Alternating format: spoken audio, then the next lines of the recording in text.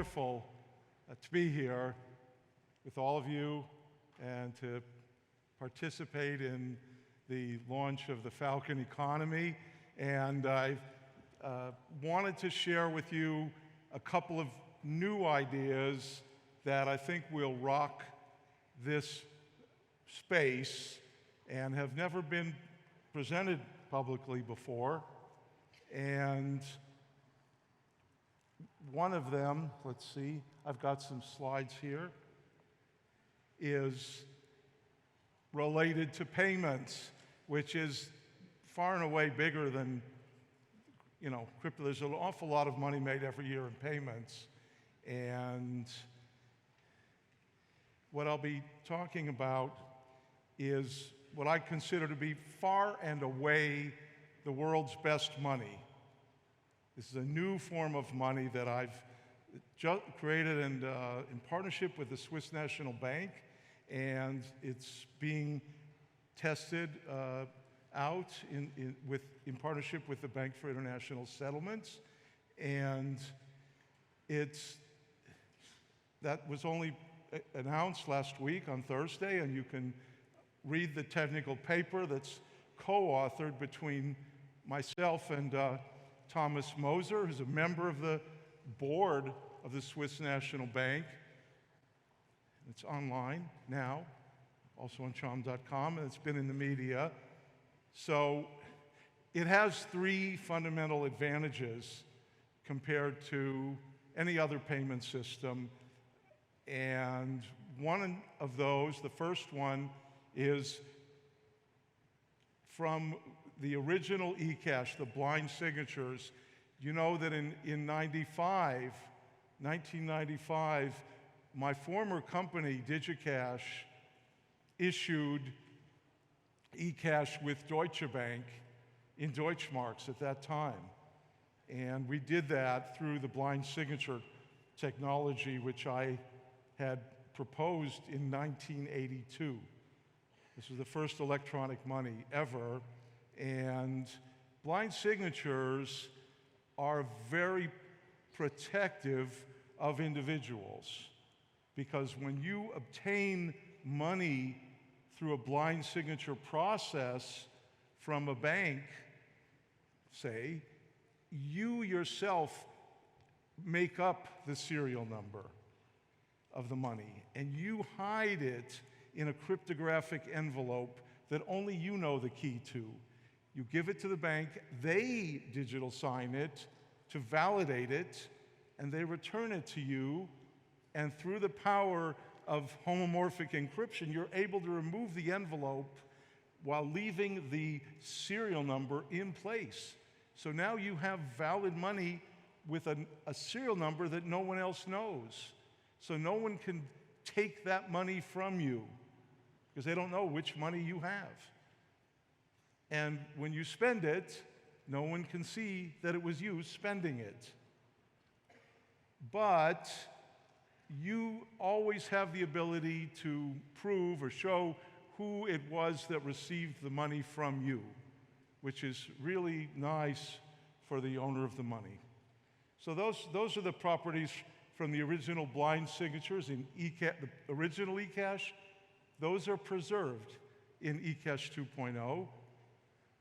Then it has also the best of the properties of crypto these days, because you have the key, and only you have the key, that allows you to access your money.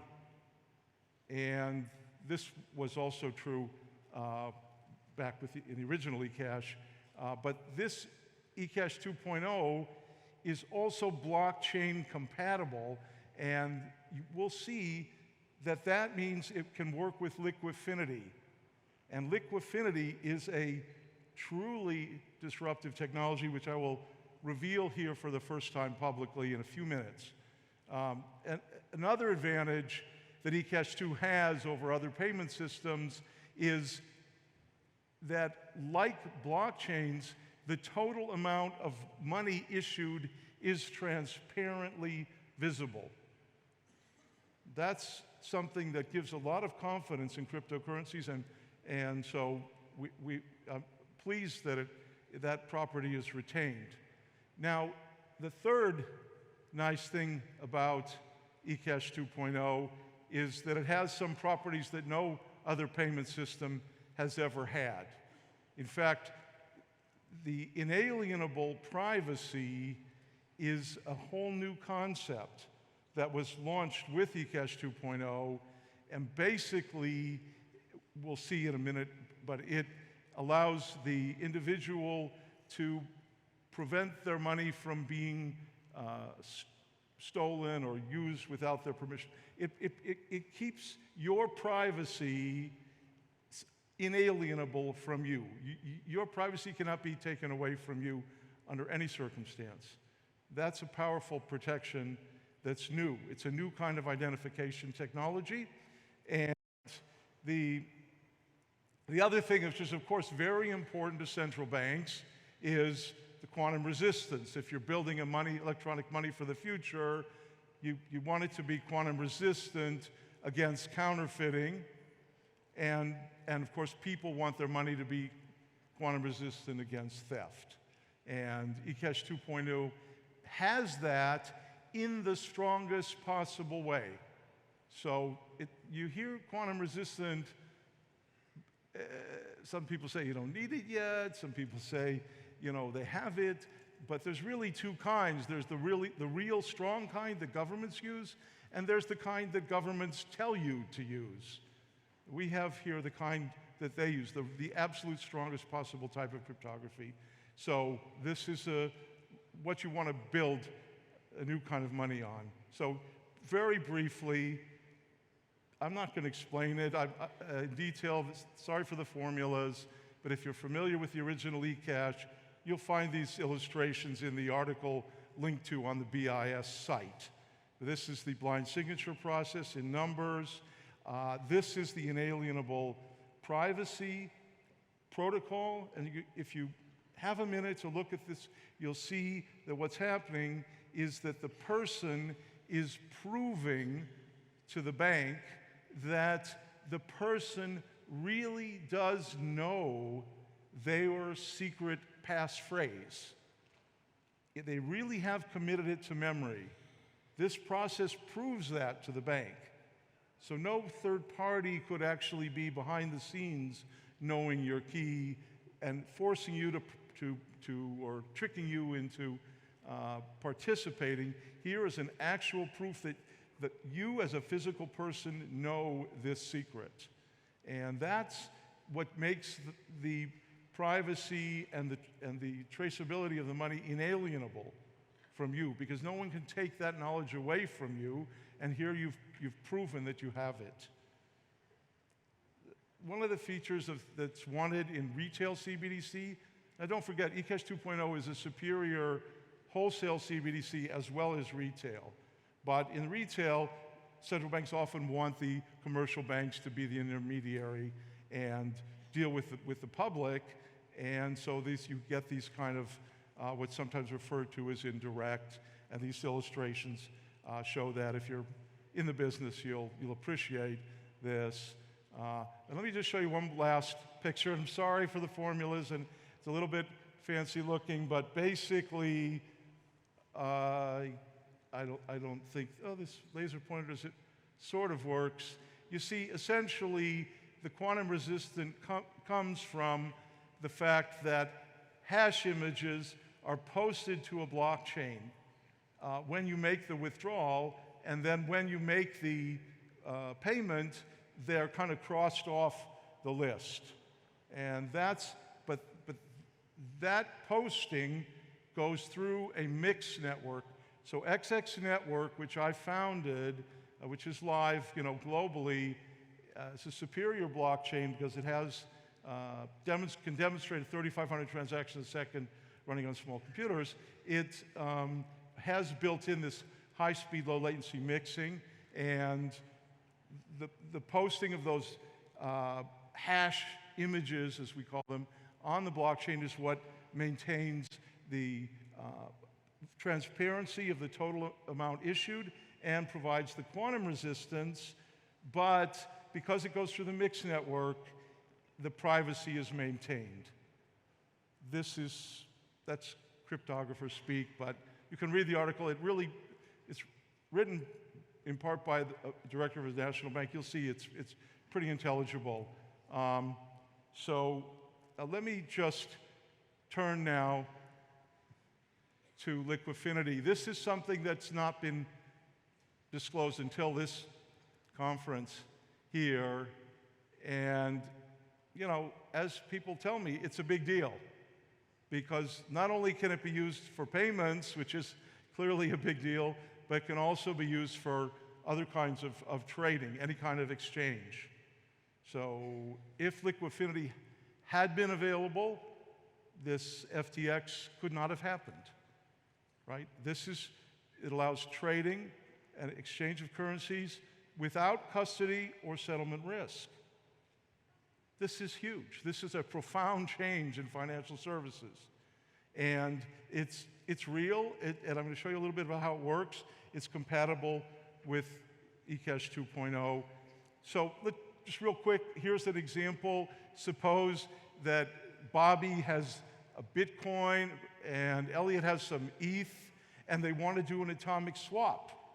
They want to trade them without involving any third parties. And so they just want to do it phone to phone.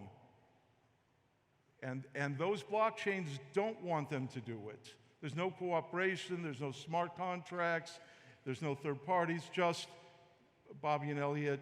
So they create these digital vaults, as is shown here. This is a metaphor, of course, it's just a place where the currency exists on chain, and then they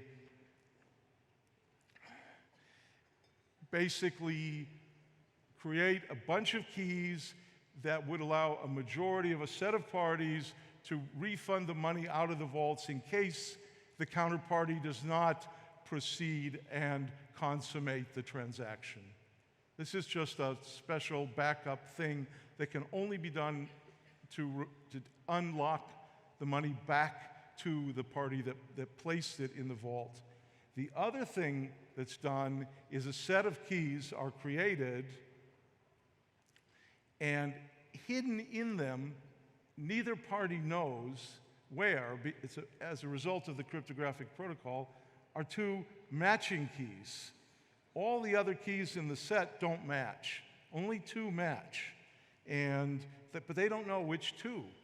So what happens is that they start testing, and they just say, oh, let's see, is key number 1 match? Nope.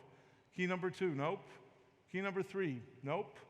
But when they send key number 4, those match. And when they match, that unlocks the vaults to move the money to the counterparty. And so, in the end,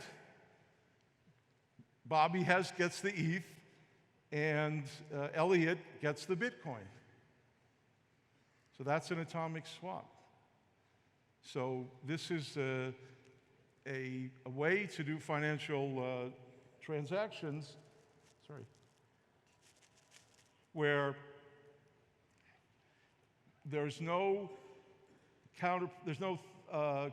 custody, there's no third-party custody, and there's no settlement risk, because when the transaction occurs during the payment itself, or the swap of two cryptocurrencies, or it could be equities or commodities that are recorded on chain, or it clears and settles at the same moment. So there's no settlement risk, unlike all the major exchanges today, which all have global meltdown as their outcome for possible settlement risk. So this is a better way to do all kinds of transactions, and in particular for payments, it's a way to do them so that, imagine, say here we issued an eCash 2.0 world's best money, and people wanted then to exchange it with cryptocurrencies globally and use it, that would all be possible. If other entities issue stable coins and global currencies, they could interoperate through Liquidfinity with the AGM. So this is a very exciting possibility. Thank you so much.